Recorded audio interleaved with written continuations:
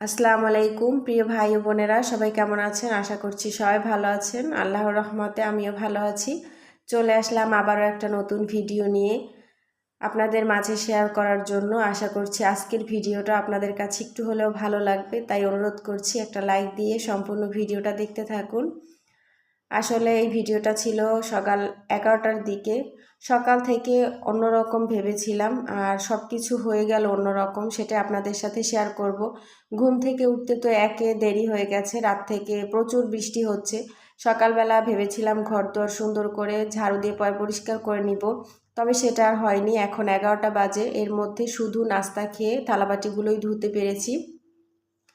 এরপর আমি 9:30 থেকে শুরু করেছি এই পানি ধরার কাজ। এখন পর্যন্ত পানিই ধরে যাচ্ছি। পানি ধরাও আমার কাছে একটা নেশার মতো।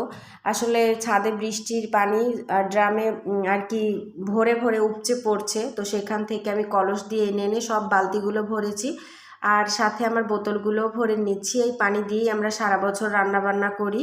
শুধু খাওয়ার কাজে কলের পানিটাই ব্যবহার করি, আর কলের পানি দিয়ে কিন্তু রান্নাবান্না করা যায় না। কলের পানি দিয়ে রান্নাবান্না করলে রান্নাগুলো ভালো হয় না, স্বাদও হয় না, আবার কালারও হয় না। তো সেজন্য বৃষ্টির পানি আমরা গ্রাম অঞ্চলের মানুষগুলো সবাই ধরে রাখি, আর এগুলো দিয়েই সারা বছর রান্নাবান্না করি। তো এরপর হঠাৎ আব্বু নিচে ডাক দিল যে রান্নাবান্না শুরু করতে হবে, শিগগিরই তোমরা চলে এসো। তো আমরা সবাই নিচে চলে আসলাম। আসলে আজকে রান্না হবে বলতে আজকে রুটি পিঠা, সাথে গরুর মাংস, সাথে নারিকেলের ঝোল, এগুলোই হবে রান্নাবান্না। তো এটা আগে থেকেই প্ল্যান করাই ছিল সন্ধ্যাবেলা গতকালকে রাতে। তো সেই অনুযায়ী সকালে আবার কাজও শুরু। তো ঘরের কিন্তু কোনো কাজই করতে পারিনি, তো তারপর নিচে চলে আসলাম। আমার দেবর কিন্তু আমাকে সাহায্য করছে। আমার দেবর পাশে বসেই আমাকে এই যে চালের গুঁড়ির সিদ্ধ করা চালের আটাটা, সেটা কিন্তু সে ভালো করে মথে দিচ্ছে আমাকে, আর আমি প্রসেস মতো একটা সুতো দিয়ে কেটে নিয়েছি গোল গোল করে। তারপরে এই তো রুটিগুলো আমি বেলে নিচ্ছি, আর আমি এদিক থেকে রুটি বেলে নিচ্ছি। চুলায় কিন্তু রুটি ভাজা শুরু হয়ে গেছে, আমার শ্বশুরাব্বু রুটিগুলো ভেজে নিচ্ছে। প্রত্যেকটা মানুষ কিন্তু কাজে ব্যস্ত আছে, যে যার কাজে। আমার হাজব্যান্ড 4টা বাচ্চা নিয়ে রুমের মধ্যে আছে, সে ওদেরকে রাখছে। আমার শ্বশুরাব্বু রুটি ভাজছে, আমি বেলছি। আমার দেবর আমাকে আর কি আটা মথে নেওয়ার কাজে সাহায্য করছে। চালের আটাটা আর কি সুন্দর মতো আমার দেবর মথে দিচ্ছে আমাকে। আর এদিকে আমার শাশুড়ি আম্মু হঠাৎ করে তার জায়ের কাছ থেকে, মানে আমার চাচি শাশুড়ির কাছ থেকে 2টা হাঁস নিয়ে এসেছে। তো আমরা সবাই একটু রাগারাগি করলাম, কিন্তু আম্মু বলতেছে যে সে বিক্রি করবে, তো বাইরে বিক্রি করবে, সেজন্য আমি নিয়ে আসলাম ডিম পাড়া হাঁস। এগুলো আর কি রান্না করলে নাকি মজা হয়, সেজন্যই নিয়ে আসা। তো আম্মু বসেছে হাঁস দুটো পরিষ্কার করার জন্য।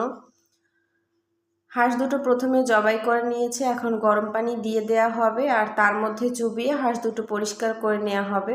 এই তো দেখুন সেই হাঁস দুটো, সেটার একটু ভিডিও নিয়ে রেখেছি যাতে আপনাদের সাথে শেয়ার করতে পারি। আসলে এই হাঁস দুটো কিন্তু ডিম পাড়া হাঁস, আর এর মধ্যে কিন্তু আম্মু যখন আর কি হাঁস দুটো কুটছিল, পেটের মধ্যে থেকে কিন্তু ডিমও পেয়েছে, সেটা আপনাদের সাথে শেয়ার করব। তো আজকে হাঁস আর রান্না করা হবে না, এটা পরে রান্না করা হবে। কিন্তু আম্মু বলছে যে এখন পরিষ্কার করে ফ্রিজে রেখে দিলে পরে খাওয়া যাবে। তো এই 2টা হাঁস কিন্তু 900 টাকা দিয়ে আমার শাশুড়ি আম্মু তার জায়ের কাছ থেকে কিনে এনেছে। তো এখন আম্মু একা পারতেছে না দেখে আমার দেবর আবার আমার কাছ থেকে উঠে এসে আম্মুকে সাহায্য করছে।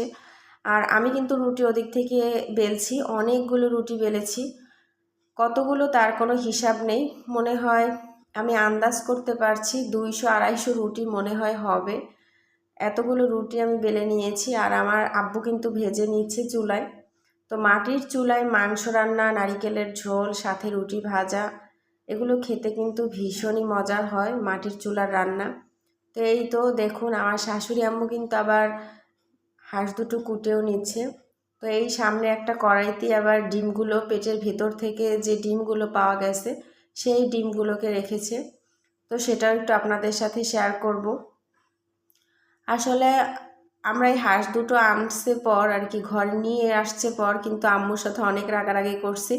তো আম্মু বলল যে তোদের কাজ তোরা করতে থাক, তোদেরকে তো আর আমি জ্বালাইতেছি না, আমি আমার কাজ করি, আমি হাঁস দুটো পরিষ্কার করতেছি। তো শেষমেশ কিন্তু হাঁস দুইটা আম্মু পরিষ্কারও করলো, আবার কুটে টুটে একদম ধুয়ে টুয়ে পরিষ্কার করে ফ্রেশ করে আমাকে পোটলা করে দিয়েছে, আমি এনে ফ্রিজে রেখে দিয়েছি।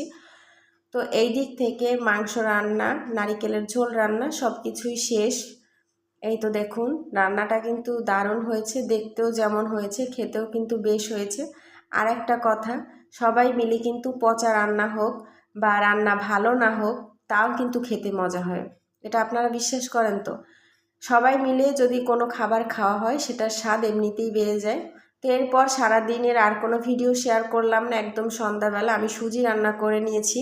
এইমাত্র সুজি রান্না করে আমি প্লেটে ঢেলে উপরে একটু বাদাম গুঁড়ো করে দিয়েছি। তো তারপরে এই তো সুজি নিয়ে আমি খেতে বসে পড়েছি প্লেটে করে। আসলে এত মাংস, নারিকেলের ঝোল এগুলো আবার আমি খেতে পারি না, আমার গ্যাস্ট্রিকের সমস্যা, সেজন্য একটু সুজি দিয়েই সন্ধ্যার পর সন্ধ্যার নাস্তা করছি, সেটা একটু আপনাদের সাথে শেয়ার করলাম। তো সুজিটা সেট হয়নি এখনও, প্রচুর গরম আছে, এই জন্য শক্ত হয়নি, নরম একদম। তো সেজন্যই আর কি কেমন দেখাচ্ছে। এটা এখন ফ্রিজে রেখে দিলে আর কি যখন ঠান্ডা হবে, এত গরম তো রাখা যাবে না, তখন দেখতে ভালো লাগবে। তো আজকের ভিডিও এই পর্যন্ত, দেখা হবে নতুন ভিডিওতে। আসসালামু আলাইকুম, আল্লাহ হাফেজ।